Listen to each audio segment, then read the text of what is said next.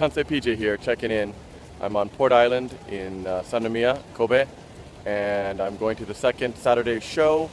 There was trouble apparently in the first show with the ice, so they had to have an extra long intermission to fix it, but apparently it's up and running and the show's good to go, and I'm going to go in about 20 minutes and watch the final installment of Fantasy on Ice 2015.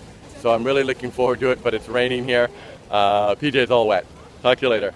The show's going to start in about 15 minutes, I think, and I just wanted to say I'm here, got a really good seat. I'm literally third row from the ice, and this is an SS ticket.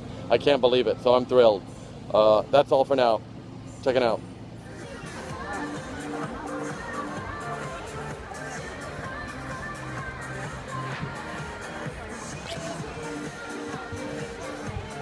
First half was amazing, really good show.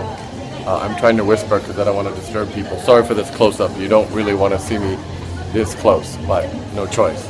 It was a really great first half. The piece by Suzuki, and it was just so beautiful and graceful with the pianist playing live. It was amazing. Second half is going to start soon, so PJ is going to go back and sit down. Got the PJ out.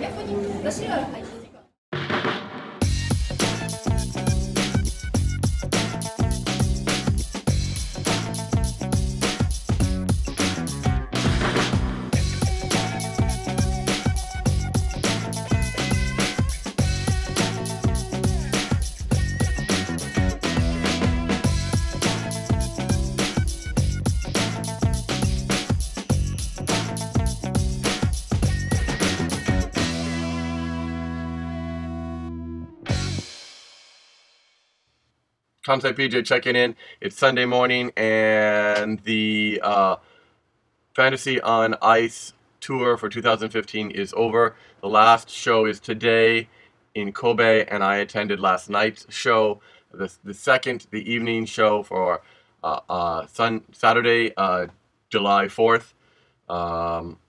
It was a great show. I sat on the third row. I was right up close. So it was more intense for me. I mean, I was at eye level with the skaters, and that's always a privilege. It feels much closer. It feels much stronger.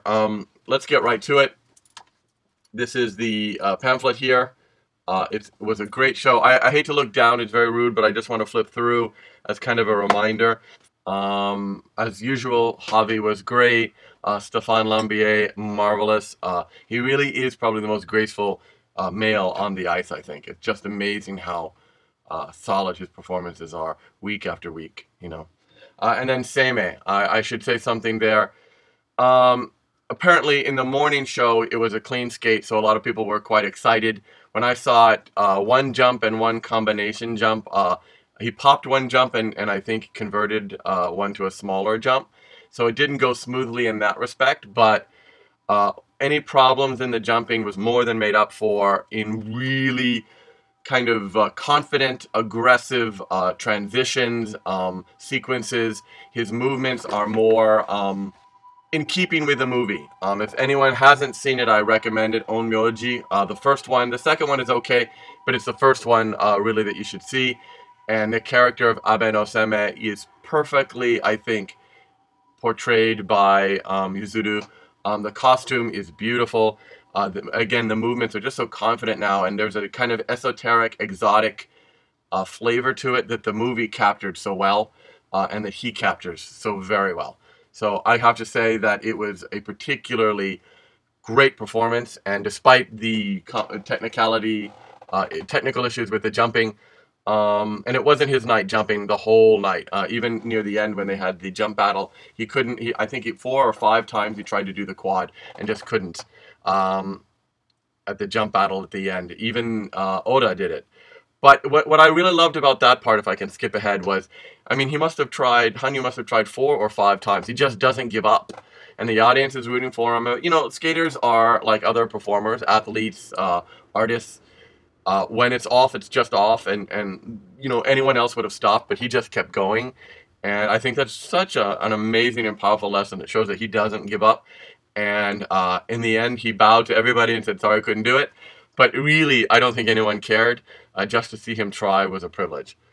Also, he gave a wonderful speech at the end that it kind of connected the disasters in Fukushima, the Tohoku region, because he's doing Requiem for his second piece, and so he's kind of connecting that to Kobe and Kobe's earthquake, devastating earthquake so many years ago. And he talked about it being a rebirth instead of a reformation or rejuvenation, and it was kind of touching. It really was. This isn't an act for him. He really cares about this stuff, and that shines through. But to talk a little bit about Requiem, wow, this is such a personal piece. I mean, normally you want the skater to connect to the audience. You know, that's often a critique of mine, is when skaters connect to the music, but not to the audience. In this case, he doesn't connect to the audience, and you don't want him to.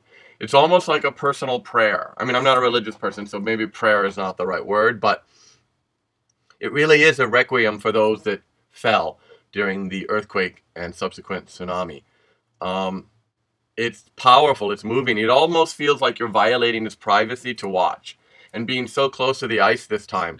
I mean, and it just felt like, if you've ever been in a church or a temple and you see someone grieving in a corner, you want to give them their space and their privacy.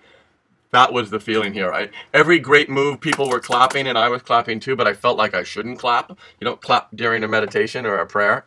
That's what it felt like. It was beautiful. It was haunting. It was really well done. I also have to say again, Akiko Suzuki's second number, the Beyonce number, was amazing. She did that, I think, in Kanazawa as well, but it was just, I don't know, a little bit more vibrant this time, and it's an amazing piece. I'm repeating myself, but she really is truly out of this world, and she's come onto her own since retiring. I think she feels more confidence. She's just doing a great show, and it truly is, both artistically and entertainment-wise, an amazing piece to watch, the Beyonce number. So please see it if you can. Also, I just love her black dress. What else? It's hard to say. Thomas Vernet was on fire as well.